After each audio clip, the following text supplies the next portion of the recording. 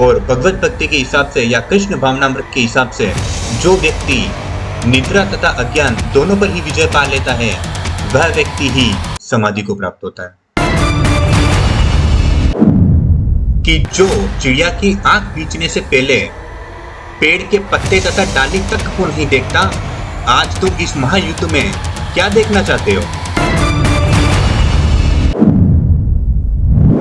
दान वो होता है जिसमें दानी देता है तथा याचक प्राप्त करता है, परंतु बलिदान वो होता है जिसमें दानी देता है तथा समस्त संसार प्राप्त करता है।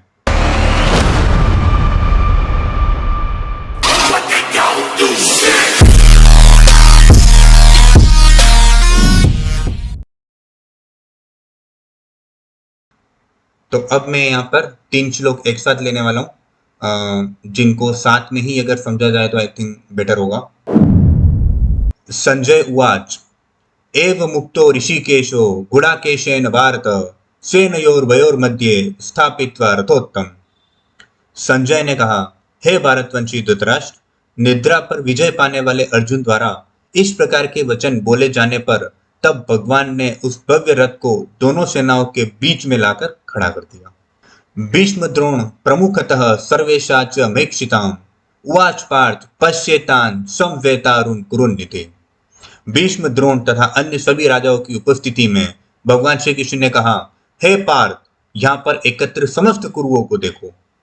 तत्रा पश्य स्थितान पार्थ पितृनत पितामहान आचार्यन मातुलान भ्रातरन पुत्रों पुत्रों सखिस्तथा शशुरान सुहृदेश्चैव सेनयोरुभयोरपि।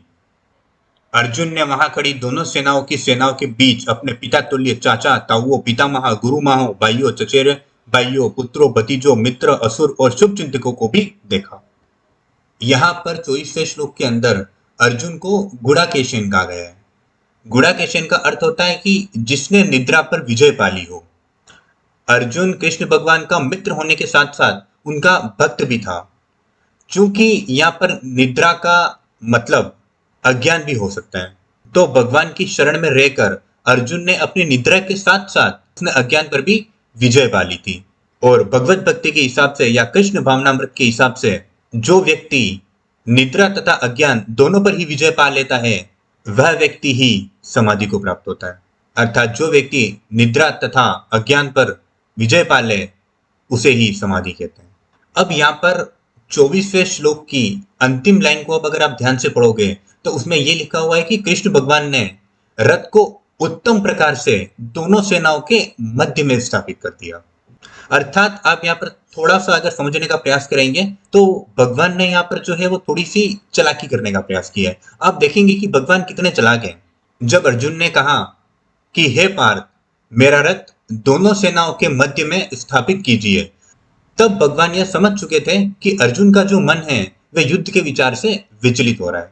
तब भगवान ने कहा कि जो चिड़िया की आंख बीचने से पहले पेड़ के पत्ते तथा डाली तक को नहीं देखता, आज तुम इस महायुद्ध में क्या देखना चाहते हो?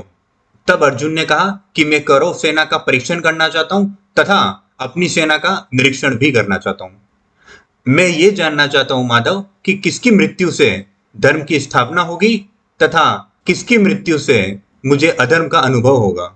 मैं ये देखना चाहता हूं कि इस युद्ध में मैं क्या प्राप्त करूंगा तथा क्या खो रहा हूं माधव। तब भगवान कहते हैं, तुम युद्ध में बलिदान देने चले हो पार्थ, तो क्या खोने पाने का विचार करते हो व्यर्थ। दान वो होता है जिसमें दानी देता है तथा याचक प्राप्त करता है, परंतु बलिदान वो होता है जिसमें दानी देता है तथा समस्त संसार प्राप्त करता है। इतना बोलकर भगवान अर्जुन के साथ रथ को दोनों सेनाओं के मध्य में स्थापित करते हैं। अब 25वें श्लोक के अनुसार भगवान ने कहा, देखो पार्थ, भीष्म द्रोण तथा समस्त कुरुओं को देखो पार्थ। क्या देखोगे तुम पार्थ? दुर्योधन को देखो पार्थ, पांचाली को दासी बनाकर सभा में लाने का आदेश इन्होंने ही दिया था।